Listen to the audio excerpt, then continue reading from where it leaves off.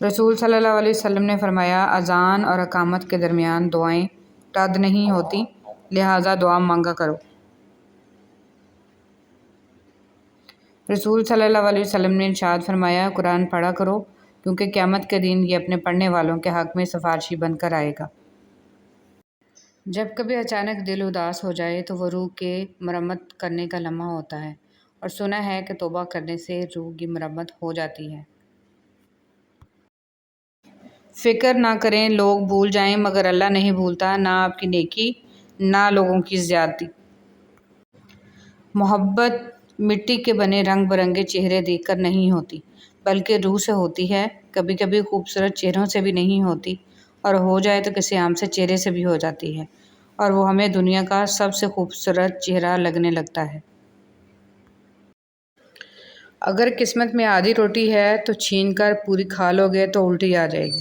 کبھی نصیب سے زیادہ ہضم نہیں ہوتا ہے، پھر وہ چاہے روٹی ہو یا محبت۔ کبھی کبھی رشتوں میں لحاظ رکھتے رکھتے بہت سارا زہر اپنے اندر اتار دیتے ہیں۔ ایسے میں ہم خود کو مار کر اگلے کو زندہ رکھتے ہیں، لیکن ہماری قدر پھر بھی نہیں ہوتی۔ والدین کی محبت کے بعد عورت کی زندگی کی کتاب میں سب سے خوبصورت صفحہ محرم کی محبت کا ہوتا ہے۔ لائبریریاں ختم ہوتی جا رہی ہیں اور ہوٹل پہ ہوٹل کھلتے جا رہے ہیں، شاید اسی لیے دماغ سکڑتے جا رہے ہیں، پیٹ بڑھتے جا رہے ہیں۔ ناراضگی، گلے شکوے وہاں اچھے لگتے ہیں جہاں اپنائیت ہو، اور جہاں مان رکھنا نہ آتا ہو وہاں خاموشی سے مسکرا دینا ہی اچھا ہے۔ اللہ پاک تمہارا دل نہیں موڑ رہا کیونکہ وہ تمہارا نصیب موڑ چکا ہے۔ جن دعاؤں پہ تم وسوسوں میں پڑے ہوئے ہو، اللہ تو وہ دعائیں پہلے سے ہی قبول کر چکا ہے، بس ایک التجا اور پھر وہ حکم کن فرمائے گا، اور کوئی بھی اس کا حکم ٹال نہیں پائے گا۔ بسم اللہ الرحمن الرحیم۔ شکر، یا اللہ تیرا شکر ہے کہ تو نے بہترین کھلایا، بہترین پہنایا اور بہترین جگہ رکھا۔ یا اللہ ہمارے دلوں کو اخلاص کے ساتھ دین کی طرف پھیر دے، آمین۔ کائنات میں کوئی اتنی شدت سے کسی کا انتظار نہیں کرتا جتنا اللہ اپنے بندے کی توبہ کا کرتا ہے۔ دل کی بات صاف صاف بتا دینی چاہیے، کیونکہ بتا دینے سے فیصلے ہوتے ہیں اور نہ بتانے سے فاصلے۔ دو چیزیں بڑی اہم ہیں، اللہ کا ڈر اور اللہ کا در۔ زندگی کا یہ ہنر بھی آزمانا چاہیے، جنگ کسی اپنے سے ہو تو ہار جانا چاہیے۔ اے اللہ مجھے برے وقت سے بچا لینا، بے شک تیرے سوا کوئی بچانے والا نہیں۔ نبی کریم صلی اللہ علیہ وسلم نے ارشاد فرمایا، جو آدمی خیانت کرنے والے کی خیانت کو چھپاتا ہے وہ خیانت کرنے والے کی مانند سمجھا جائے گا۔ یا اللہ پاک میرا اور میری اولاد کا دل اپنی عبادت کی طرف پھیر دے۔ حضرت علی رضی اللہ تعالیٰ عنہ نے ارشاد فرمایا، دوست کے ساتھ اس نمک کی طرح رہو جو کھانے میں دکھائی نہیں دیتا لیکن اگر نہ ہو تو اس کی کمی بہت محسوس ہوتی ہے۔ حضرت علی رضی اللہ تعالیٰ عنہ نے ارشاد فرمایا، اللہ حاصل کو اگر پانا چاہتے ہو تو تہجد بڑھا کرو، کیونکہ جو نصیب میں نہ ہو اسے تہجد کی دعائیں مقدر میں لے آتی ہیں۔ میں اداس ہو سکتا ہوں، دکھی ہو سکتا ہوں، رنجیدہ ہو سکتا ہوں، مگر اے شیطان میں کبھی بھی مایوس نہیں ہو سکتا، کیونکہ میرے رب کی رحمتوں کی کوئی حد نہیں ہے۔ رسول صلی اللہ علیہ وسلم نے فرمایا، قیامت کے دن میں جنت کے دروازے پر آ کر دروازہ کھٹکھٹاؤں گا، پہرے دار کہے گا آپ کون ہیں؟ میں کہوں گا محمد۔ وہ کہے گا مجھے آپ کے بارے میں کہا گیا تھا کہ میں آپ سے پہلے کسی کے لیے دروازہ نہ کھولوں۔ اللہ فرماتا ہے، جب جنتی لوگ دوزخ والوں سے پوچھیں گے کہ تم کس وجہ سے دوزخ میں ڈالے گئے ہو تو وہ کہیں گے ہم نماز نہیں پڑھتے تھے۔ اے اللہ میری عزت کے لیے یہی کافی ہے کہ میں تیرا بندہ ہوں، اور میرے فخر کے لیے یہی کافی ہے کہ تو میرا پروردگار ہے۔ تو ویسا ہی ہے جیسا میں چاہتا ہوں، بس مجھے ویسا بنا دے جیسا تو چاہتا ہے، آمین۔ اگر کبھی کسی چیز کا غرور آنے لگے تو ایک چکر قبرستان کا لگا لیا کرو، وہاں آپ سے بھی بہتر انسان مٹی کے نیچے دفن ہیں۔ حضرت علی رضی اللہ تعالیٰ عنہ نے ارشاد فرمایا، انسان مایوس اور پریشان تب ہوتا ہے جب وہ اپنے اللہ کو راضی کرنے کی بجائے لوگوں کو راضی کرنے میں لگ جاتا ہے۔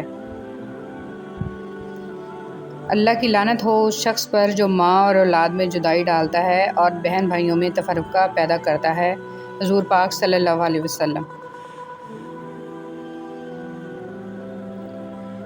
فرمان مصطفیٰ صلی اللہ علیہ وسلم، سب سے افضل صدقہ روٹھے ہوئے لوگوں میں صلح کرا دینا ہے۔ وقت کتنا بھی برا ہو گزر ہی جاتا ہے، لیکن رویے، لہجے اور الفاظ ہمیشہ یاد رہتے ہیں۔ الہی، عمرہ کرنے کی تڑپ دل میں اٹھی ہے، کوئی غیب سے وسیلہ پیدا کر دے، مولا تیرے خزانے میں کوئی کمی نہیں ہے، آمین۔ اللہ کن پر اپنا خاص فضل فرماتا ہے۔ آپ میں جتنی طاقت تھی آپ نے اتنی دعائیں مانگ لی ہیں، اب باقی کا کام اپنے اللہ پر چھوڑ دیں، کیونکہ ان دعاؤں کو پورا کرنے کی طاقت صرف اسی کے پاس ہے۔ جو اللہ کی طاقت پر یقین رکھتے ہیں ان پر وہ اپنا خاص فضل کرتا ہے، اور یاد رکھو اللہ کا فضل ہمیشہ معجزوں کی صورت میں ہوتا ہے۔ بلا شبہ اللہ کی مدد بہت قریب ہے۔ سب کچھ میسر ہونا زندگی نہیں، بلکہ جو کچھ میسر ہے اس پر خوش رہنا اور شکر ادا کرنا زندگی ہے۔ اللہ کو خوش کر دینے والی دعا۔ رسول صلی اللہ علیہ وسلم نے ارشاد فرمایا، تمہارا رب اپنے بندے سے خوش ہوتا ہے جب وہ یہ پڑھتا ہے، اے میرے پروردگار، میرے گناہوں کی بخشش کر دیجئے، کوئی آپ کے سوا کوئی گناہوں کو معاف کرنے والا نہیں۔ اے اللہ، ہمارے گناہ بخش دے اور ہمارے کام آسان کر دے اور ہمارے رزق میں برکت دے۔ سیدنا ابن عباس رضی اللہ عنہ کہتے ہیں کہ رسول صلی اللہ علیہ وسلم نے فرمایا، جس شخص سے اللہ بھلائی کا ارادہ کرتا ہے اسے دین کی سمجھ دے دیتا ہے۔ اے میرے اللہ، محمد صلی اللہ علیہ وآلہ وسلم کے وسیلہ سے تمام بیماروں کو صحت اور تندرستی عطا فرما، آمین۔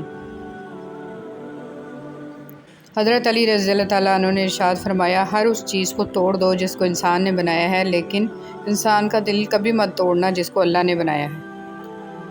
حدیث مبارکہ۔ رسول صلی اللہ علیہ وسلم نے فرمایا، جسے نرمی دی گئی اسے دنیا اور آخرت کی بھلائی دے دی گئی۔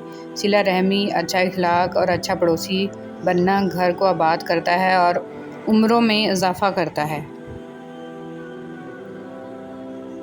خدا ہم سے صرف عبادت ہی نہیں، انسانیت کی بھی تکمیل چاہتا ہے۔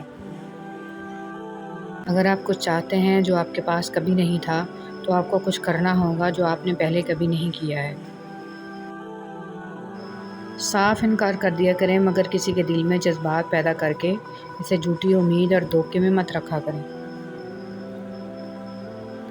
حضرت علی رضی اللہ تعالیٰ عنہ کا فرمان ہے کہ اگر زندگی کو ہمیشہ خوشیوں کے ساتھ گزارنا چاہتے ہو تو غمزدہ لوگوں کے غم سنا کرو، کبھی دکھی نہیں رہو گے۔ فقیر کی بات۔